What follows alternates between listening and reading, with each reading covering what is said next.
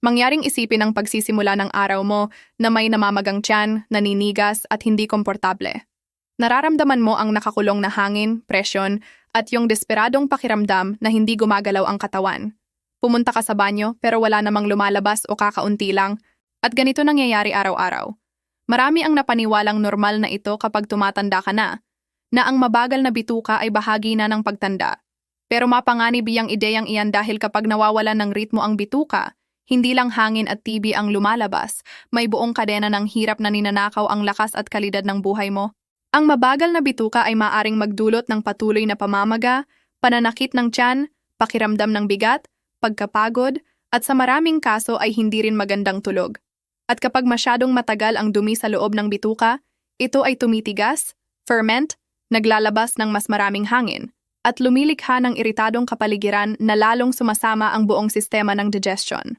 Ako si Dr. Ramon Reyes at ngayon ay ipapaliwanag ko sa inyo kung bakit maraming matatanda ang nabubuhay na may namamagang tiyan nang hindi nila naiintindihan ang tunay na dahilan at kung paano ninyo mapapagana muli ang bituka sa pamamagitan ng natural at simpleng paraan ng hindi umaasa sa malalakas na gamot. Dahil isa ito sa pinakakaraniwang pagkakamali, ang paulit-ulit na paggamit ng laksante na parang iyon ang solusyon. Ang ginagawa nito ay sa pilitang paglabas sandali lang, pero sa paglipas ng panahon ay maaari pang lalong pabagalin ang bituka. Parang pinatay mo ang alarma nang hindi tinitingnan kung bakit ito tumunog. Manatili kayo sa akin dahil sa mga susunod na minuto ay inyong mauunawaan kung ano ang pumipigil sa natural na galaw ng bituka, kung bakit nakukulong ang hangin, at anon yung morning ritual na ginagamit na ng maraming tao para maging mas magaan ang tiyan at mas regular ang pagdumi. Una, kailangan ninyong maunawaan ang basic na bagay. Ang bituka ay hindi simpleng tubo. Ito ay mahabang kalamnan na gumagalaw sa pamamagitan ng rhythmic contractions na tinatawag na peristalsis. Kapag bumagal ito, ang dumi ay gumagalaw na parang pagong. Ang katawan ay sumisipsip ng sobrang tubig kaya naman tumitigas, natutuyo, at nahihirapang ilabas ang dumi. Ito ay karaniwan sa matatanda dahil sa mga tiyak na dahilan. Hindi sapat na pisikal na galaw, kaunting tubig, diet na mababa sa fiber at paggamit ng ilang gamot. Lahat ito ay nagpapabagal sa peristalsis at lumilikha ng perpektong kondisyon para sa hangin, TB at pamamaga ng tiyan, at dito nagkakamali ang marami. Iniisip nila na ang solusyon ay pilitin ang bituka.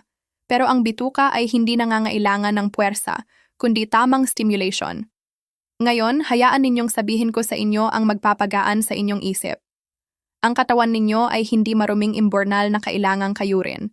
Madalas sa internet ang ideya na puno ng nakadikit na toxins ang bituka na parang baradong tubo, kaya ibinebenta ang juices para linisin, pulbos para i-detox, o sobrang mahal na produkto na may absurdong pangako.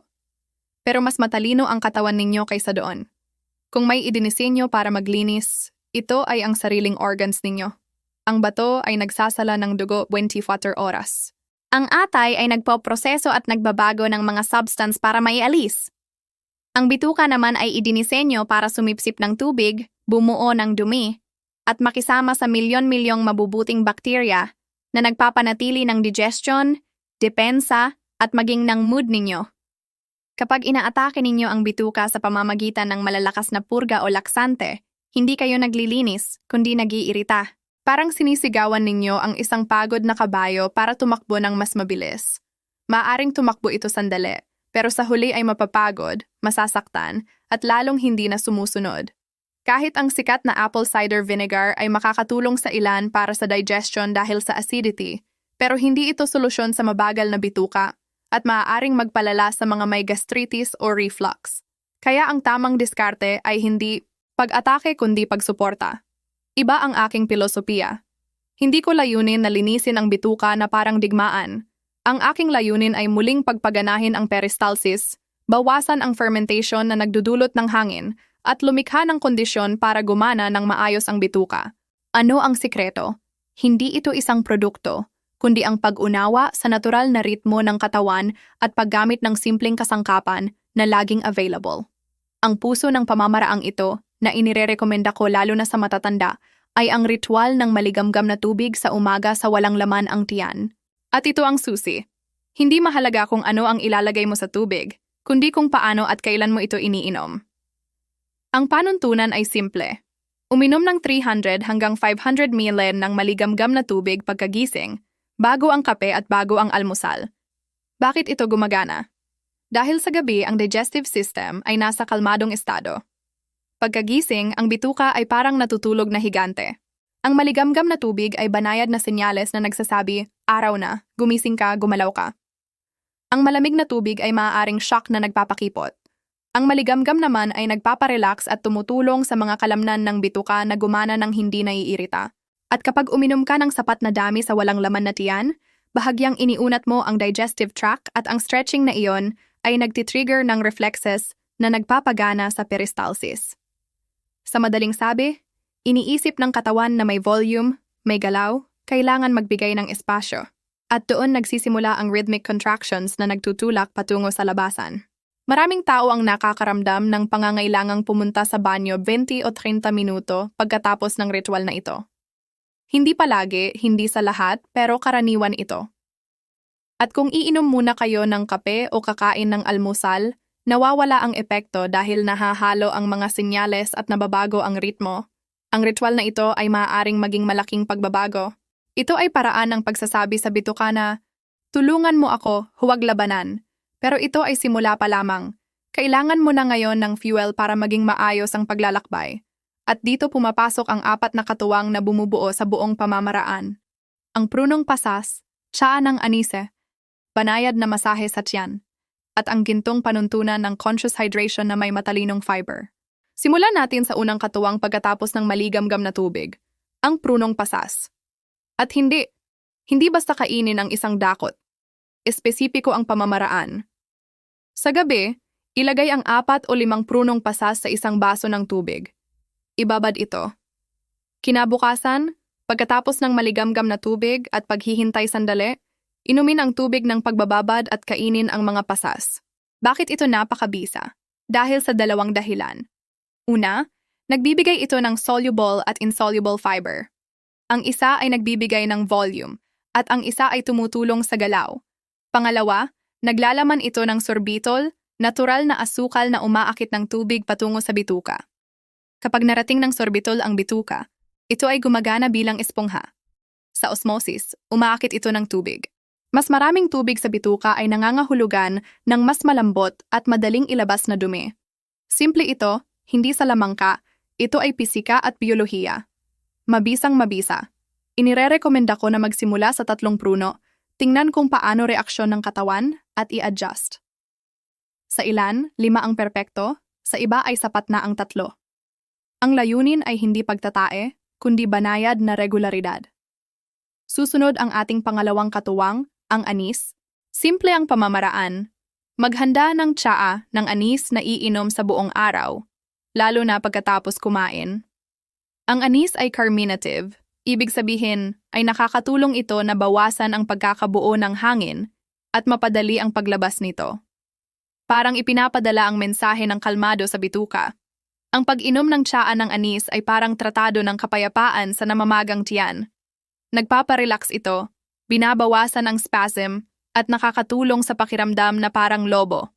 Hindi nito pinapalitan ang ibang gawi, pero nagdadagdag ito. Pangatlong katuwang, ang banayad na masahe sa tiyan. Minsan, lalo na kapag mabagal ang bituka, kailangan mong tulungan ito sa mekanikal na paraan.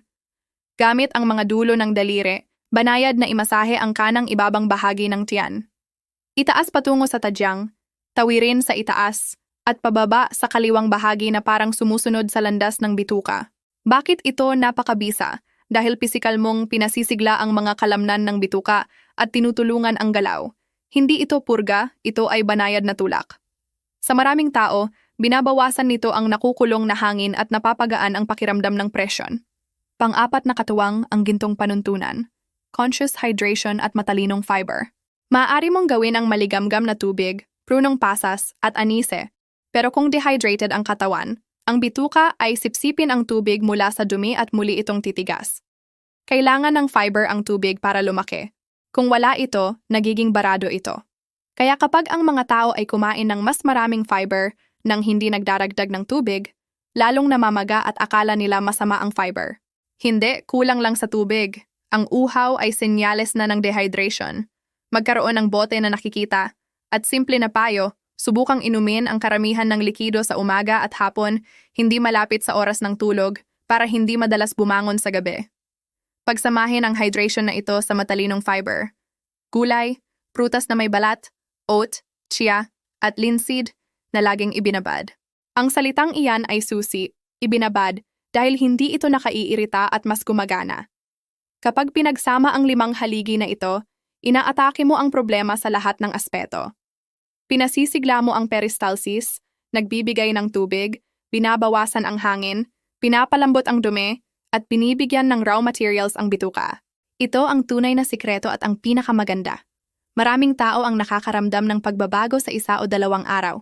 Hindi malakas na purga, kundi banayad na regularidad, gaan, kaunting hangin, kaunting presyon.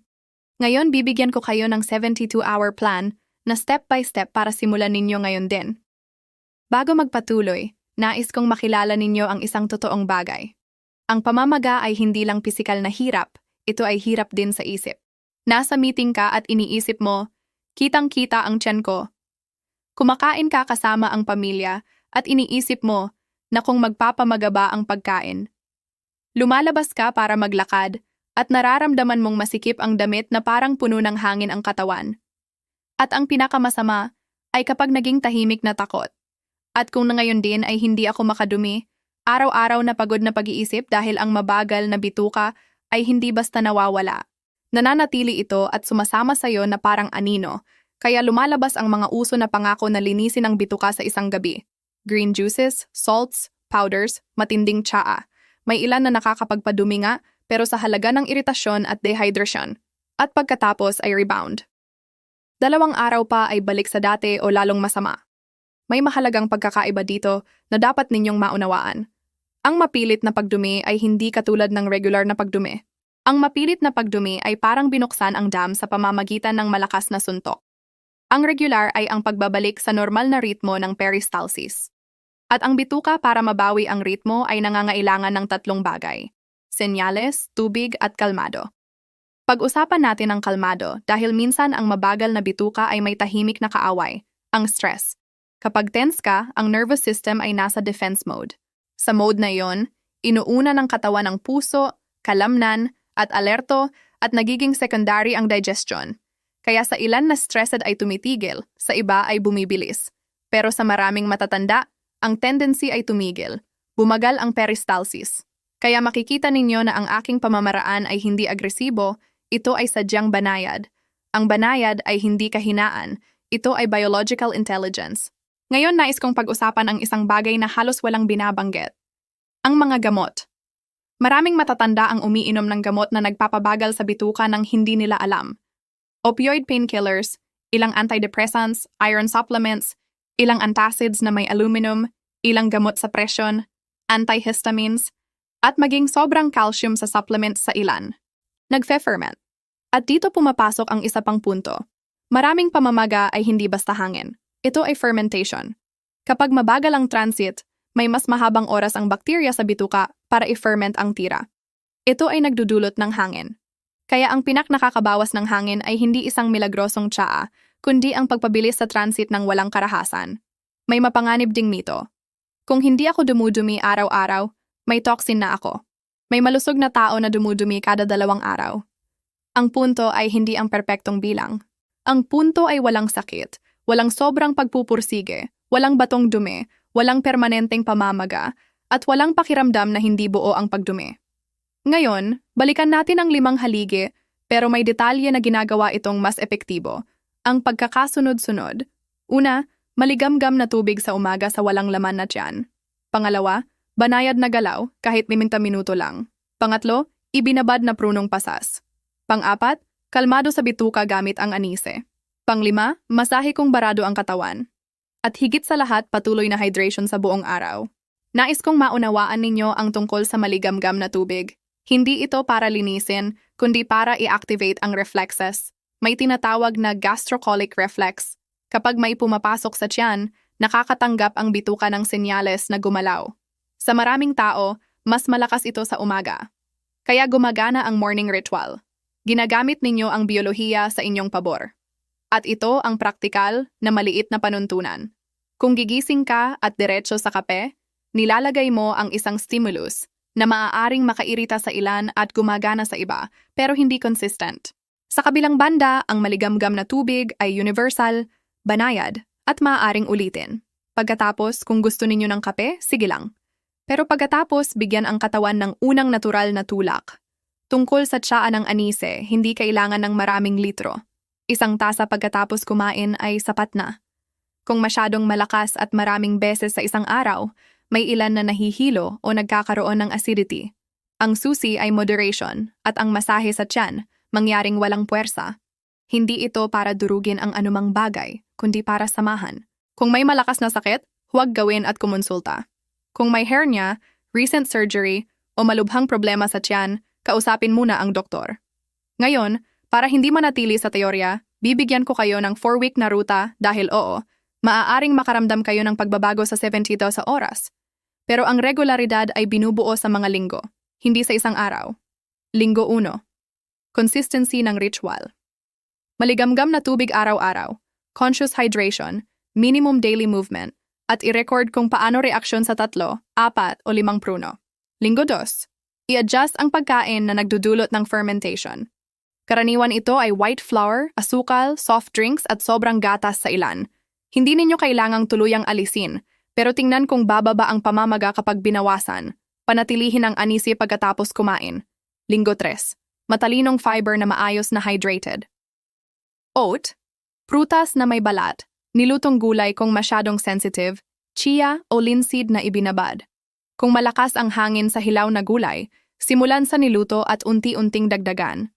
Linggo 4. Stability. Dito, maraming tao ay nakikilala na ang kanilang katawan, alam na kung aling pagkain ang nagpapamaga, alam kung gaano karaming tubig ang kailangan, at ang pagdumi ay hindi na parang sugal.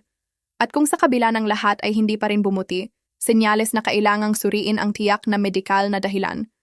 Hypothyroidism, neurological problems, obstructions, irritable bowel syndrome, at iba pa. At ulitin ko ang pinakamahalagang bahagi. Ang layunin ay hindi walang laman. Ang layunin ay maging magaan ang pakiramdam, walang patuloy na pag-aalala sa hangin, at may bitukang gumagana ng kasama mo. Ngayon, balikan natin ang 72-hour plan ng mas malinaw para ma-apply ninyo ngayon din. Araw 1. Sa gabi, ihanda ang prunong pasas. Ilagay ang 4 na pruno sa tubig at iwanang handa. Pagkagising, unang aksyon, maligamgam na tubig sa walang laman na tiyan, 300 hanggang 500 mm. Inumin ng kalmado, steady ang bilis, walang pagmamadali pero walang mahabang pahinga. Pagkatapos ay maghintay, huminga, maglakad ng banayad sa bahay, gumalaw, umupo sa banyo ng hindi pipilitin. Bigyan ng oras ang reflex. Pagkatapos ay inumin ang tubig ng pagbababad at kainin ang mga pasas. Kung may 20 minuto, gawin ang banayad na masahe sa tiyan na sumusunod sa landas ng bituka. Kumain ng almusal na nakakatulong, hindi nakakasagabal. Isang mangkok ng oat na may prutas o natural na yogurt na may ibinabad na chia. Sa buong araw, ang bote ng tubig ay iyong matalik na kaibigan at pagkatapos kumain ay tsaa ng anise. Iwasan sa araw na iyon ang pritong pagkain, white flour, at asukal. Hindi dahil lason ang mga ito, kundi dahil pinapalala nito ang fermentation at hangin. Gumalaw. Isang maikling lakad pagkatapos kumain ay gumagawa ng milagro sa peristalsis. Sa hapon at gabi, ulitin ang hydration at kung tense ka, banayad na masahe sa tiyan. Mahalaga rin ang relaxation. Ang stress ay nagpapakipot sa bituka. Araw 2. Pinapalakas ang progreso. Ulitin ang maligamgam na tubig pagkagising. Kung sa araw 1 ay 3 pruno at banayad, maaari mong dagdagan sa 4. Kung masyado, bawasan. I-adjust. Huwag labanan ang katawan. Panatilihin ang anise pagkatapos kumain. Panatilihin ang hydration at ibinabad na fiber at galawin ang katawan kahit 10 minuto. Gustong-gusto ng bituka ang galaw. Araw 3. Sa maraming tao, dito lumalabas yung pakiramdam ng gaan na matagal nang hindi nararamdaman. Bumabalik sa normal ang tiyan, bumababa ang hangin, at ang banyo ay hindi nalabanan. Kung wala pa ring nangyari, huwag magpanik. Suriin ang dalawang bagay, tunay na hydration at tunay na galaw. Ito ang dalawang pinakakaraniwang hadlang. At mahalaga, ito ay hindi isang araw na solusyon. Ito ay simula ng bagong ritmo. Ang ideya ay ipagpatuloy ang maligamgam na tubig bilang pang-araw-araw na base at gamitin ang pruno o anise ayon sa pangangailangan. May ilan na ginagamit ito araw-araw sa ilang panahon, ang iba naman kapag naramdamang bumagal ang bituka. Ang simple kong hiling, huwag itong iwan sa teorya. Ngayon ay ihanda ang prunong pasas. Bukas ay subukan ang maligamgam na tubig sa umaga sa walang laman na tiyan. Bigyan ng pagkakataon ang katawan mo at pagkatapos ay sabihin mo sa komento kung paano ito nakatulong, kung nabawasan ang hangin, kung naging mas magaan ang tiyan, o may pagbabago sa regularidad mo. Ang kwento mo ay maaaring ang kailangan ng iba para maglakas loob. Bago matapos, nais kong sagutin ang 3 madalas na tanong. Una, Doc, paano kung magtatay ako?